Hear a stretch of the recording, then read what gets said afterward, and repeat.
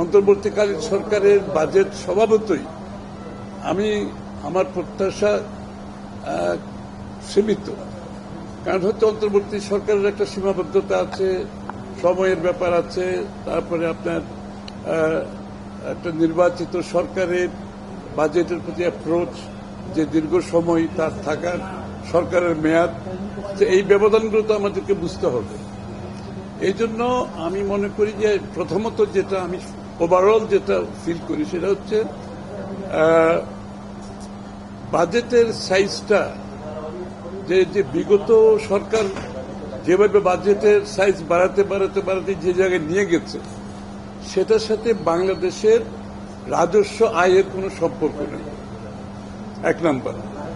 দুই নাম্বার হচ্ছে আপনি যখন রাজস্ব আয়ের পুরোটাই আপনার পরিচালন ব্যয়ের মধ্যে ব্যয় হয়ে যাবে, তাহলে আপনি পুরো উন্নয়ন বাজেটটা কিন্তু দেশের ভিতর থেকে দেশের বাইরের থেকে আপনি ধার করে চালাচ্ছেন।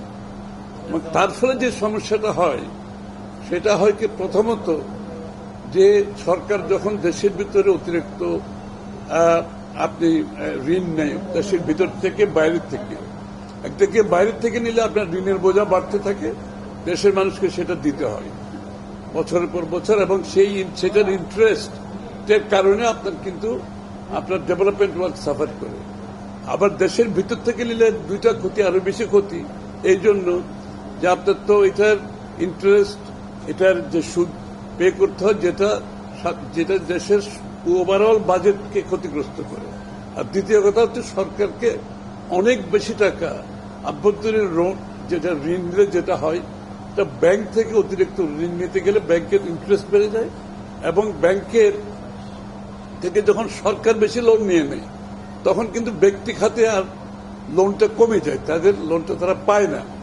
এবং সেইটা দুইটা হয়, একটা হচ্ছে আপনার বিনিয়োগ হয় না, বিনিয়োগ না হলে আপনার কর্মসংস্থান সৃষ্টি হয় না, মানুষের আয় বৃদ্ধি পায় না, সেটা খুব বেশি ক্ষতিগ্রস্ত হয়।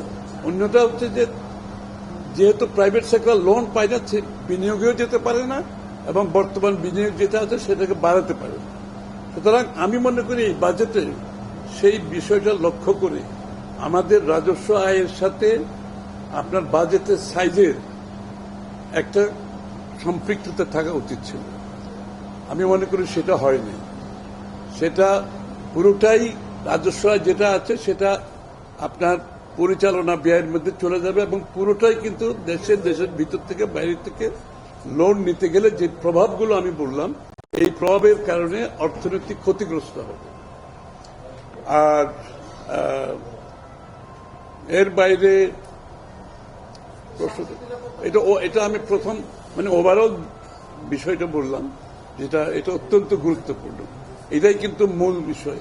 অর্থাৎ আগের যেভাবে বাজেট চলে আসছে, মূলত সেখান থেকে আমরা খুব একটা সংখ্যার তারতম্য, ছোটখাটো হয়েছে, কিন্তু প্রিন্সিপালের যে বাজেটের যে প্রিন্সিপাল, ওই জায়গাটাই কিন্তু আমরা আগের মতো রয়ে গেছি। সুতরাং গতানুগতিক শব্দটা আমি বলতে চাই না আর কি, অনেকটা সেই জায়গা থেকে খুব একটা বেরোতে পারেনি। এই বাজেটের আপনার রাজস্ব আয়কে ভিত্তি করে আসলে বাজেট করা উচিত। তাহলে আপনার প্রাইভেট সেক্টরে মানি ফ্লোটা থাকলো, তার বিনিয়োগ থাকলো, এবং ইন্টারেস্ট রেটটা কমে আসলো, আপনার বিদেশ থেকে ঋণটা কমে আসলো, ঋণ সার্ভিসিং কমে, সুদটা কম পেমেন্ট করতে হবে, কিন্তু সেই জায়গা থেকে আমরা খুব একটা সরে আসতে পারি না। সুতরাং আমি মনে করি এই মৌলিক জায়গাটাই গলতটা রয়ে গেছে। আমি তো বললাম বাস্তবায়নের জন্য যে আপনার যদি এখন আমাদের বৈদেশিক ঋণ প্রায় 3.5 বিলিয়নের মতো, এরকম কিছু একটা ফিগার আছে, তাহলে আপনি ওইটাকে মাথায় রাখতে হবে, আপনার রাজস্ব আয়কে মাথায় রাখতে হবে। আপনি ওইটাকে মাথায় রেখে যদি আপনি আমার মন্তব্য দিতে হয়, তাহলে কিন্তু এই বাজেটের সাইজটা আরো ছোট হওয়া উচিত ছিল। তাহলে এটা তো হাউস হোল্ডের মতো, আপনার গৃহস্থের একটা ইনকামের মতো, একই কথা, তো কোনো ডিফারেন্স তো নাই। সুতরাং সেই ক্ষেত্রে আমি মনে করি গুণগত দিক থেকে এই বাজেটে আমরা কোনো কিছু পরিবর্তন দেখিনি, শুধুমাত্র সংখ্যার সামান্য, কিন্তু ওই প্রিন্সিপাল কিন্তু একই রয়ে গেছে, যে ওদের যে কাঠামো কিন্তু একই রয়ে গেছে। সুতরাং এটা কিন্তু আগামী দিনের সরকারের জন্য খুব একটা সহজ কিছু হবে না।